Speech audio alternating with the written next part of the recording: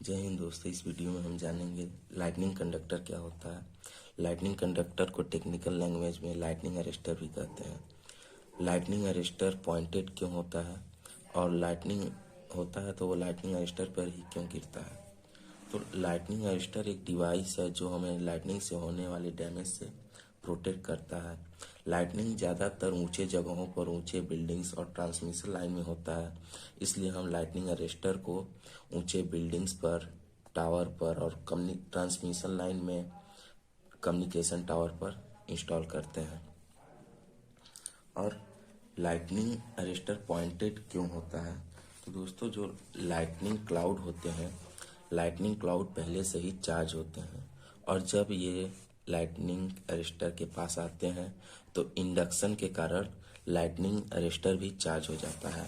Induction एक physical phenomena होता है जिसमें अगर हम किसी चार्ज बॉडी को अनचार्ज बॉडी के पास लाते हैं तो वो अपोजिटली चार्ज हो जाता है। और चार्ज की प्रॉपर्टी होती है कि अगर वो किसी कंडक्टर में चार्ज होता है तो वो पूरे सरफेस पर यूनिफॉर्मली डिस्ट्रीब्यूट होता है।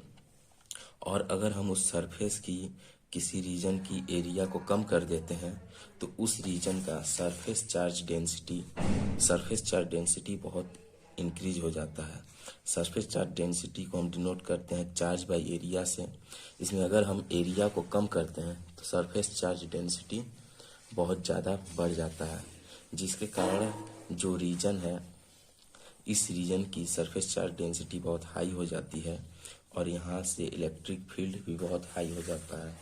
इलेक्ट्रिक फील्ड, इस रीजन का अगर इलेक्ट्रिक फील्ड बहुत हाई हो गया तो ये अपने आसपास के एयर मॉलिक्यूल्स को, जिसके आसपास एयर मॉलिक्यूल्स जो होते हैं, उसको आयोनाइज कर देता है। आयोनाइज होने के कारण ये जो आसपास के रीजन है ये एक कंडक्टर की तरह एक्ट करने लगते हैं। और करंट की प्रॉपर्टी होती है कि वो हमेशा लो रेजिस्टेंस पाथ को ही चूज करता है। और क्योंकि ये लाइटनिंग अरेस्टर ग्राउंड से कनेक्टेड होता है तो इसका पोटेंशियल भी जीरो होता है, इसलिए ये लाइटनिंग इस रीजन पर ही गिरता है। तो हमें पता चल गया कि लाइटनिंग अरेस्टर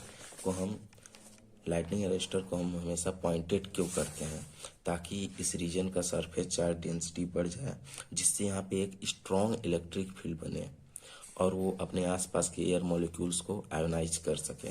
और फिर लाइटनिंग हमेशा अरेस्टर की तरफ ही क्यों जाता है, तो इस रीजन का रेजिस्टेंस बहुत कम होने के कारण ये लाइटनिंग अरेस्टर की तरफ ही जाता है, क्योंकि करंट की प्रॉपर्टी होती है कि वो हमेशा लो रेजिस्टेंस पाथ में फ्लो होना चाहता है।